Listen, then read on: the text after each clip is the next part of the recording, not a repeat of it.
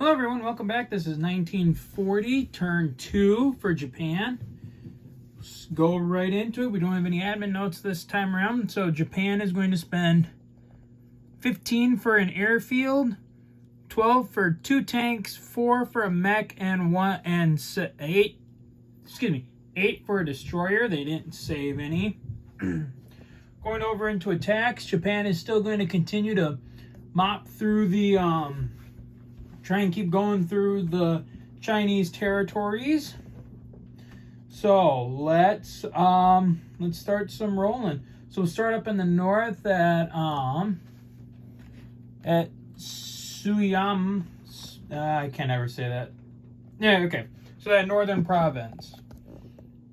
Okay, so Japan is going in with 2 infantry, a mech, and an artillery. So 2 for the infantry. Miss, and 2 for the mech artillery combo for 2 or less. Alright, they got 1 of the Chinese units. And then China rolls 3 for 2. And they got 1. Alright. Well, we'll try and press the attack. Nope. There's a hit. And they'll roll, 2 for 2. Gosh, we're trading 1 for 1s here. Let's go one more time. All right, 2 for 2. Got it. And he rolls 1 for 2. God, we traded tit for tat on this one. Okay, so the northern province falls with 1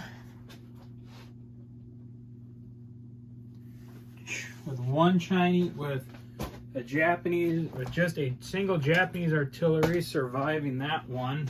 Stupid. Okay, and then we get the freebie moving into Hopei.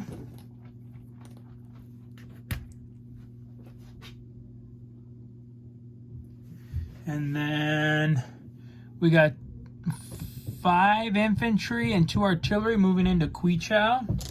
So let's see here. So we will roll 3 for 1.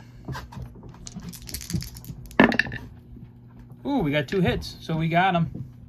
And he'll roll 1 for 2. And that was a hit. Okay. So China will now, or Japan will move into Quichao for another 1.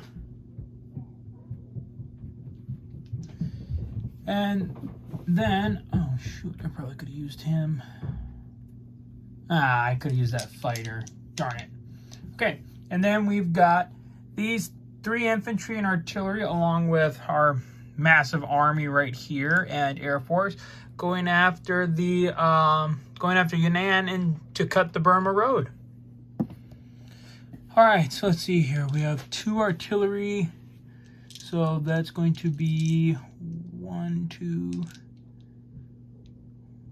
So that's 5. So they have 3 for 1. They got the hit. All right, and then the Chinese defender rolls back, and he misses. Okay, so that's another. The Burma Road is cut.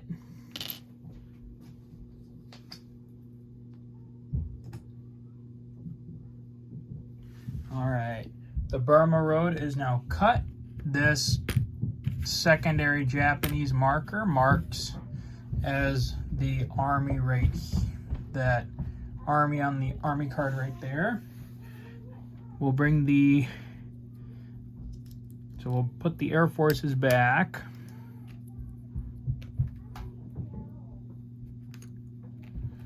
And then I think we can go into non-combats real quick. So first I'll clean this up a little. I'll clean this up more later. All right, so non-combats. All right, so we got the planes that went back. This plane, this fighter will come and join its brethren here. I'll chip that out later. The Japanese fleet here off of Hainan. I think we'll keep it there. And then up here in the home islands, those 3 transports. So 1, 2, 1, 2. Gonna grab all of those units. Leave Japan with 1 infantry, and they're going to go 1, 2. We're gonna take them. Actually, we'll take them down and meet up with the fleet down here, and we'll drop the units off at least in Guangxi for right now. Can use them to transport somewhere. All right, and then these 2 transports are gonna go back towards Japan. Now they can't go the full 3, but they can go 1, 2. They'll at least come back to Okinawa. Now I'll even detach. I'll detach 1 destroyer as an escort ship. All right, following that, I think that's it for non-combat. So now we'll go into deployments. So in the waters around Japan, we'll deploy the destroyer. At Shanghai, we will deploy the 2 tanks and mechanized infantry.